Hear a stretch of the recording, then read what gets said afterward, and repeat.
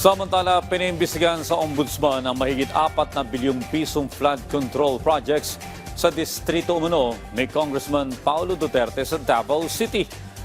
May sagot naman dito si Congressman Duterte. Yan ang ulat ni Rod Dagusan.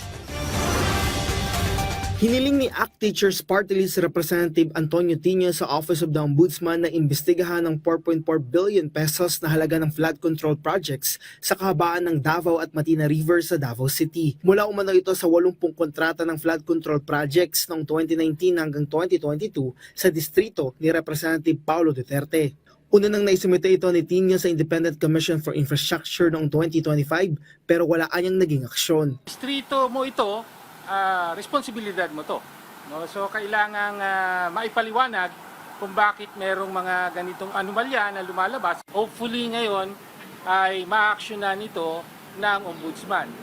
Kasama sa sinabit namin, bukod sa sulat, ay meron tayong detalyadong analysis, pagsusuri doon sa mga specific projects. So nakapangalan mismo yung mga kontrata, sino yung mga contractor at iba pa.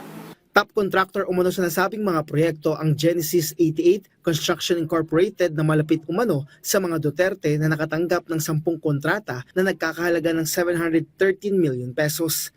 Pagdating naman sa naturang 80 proyekto, kabilang sa irregularidad dito ay ang pagkakaroon umano ng overlap at double funding. Base rin sa kanilang independent investigation, may umano'y location change at shortchanging, mga kontrata na walang specifications, walang General Appropriations Act authorization, hindi umano natapos na proyekto at congressional insertion.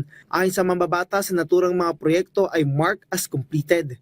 Sagot naman ni Davao City 1st District Representative Paulo Duterte, selectively blind ba si Tino? Anya, bakit hindi nagain si Tino ng reklamo sa mga engineer, contractor, political personalities na naiuugnay sa mga questionableng flood control projects sa buong bansa? Rod Lagusad, para sa Pambansang TV sa Bagong Pilipinas.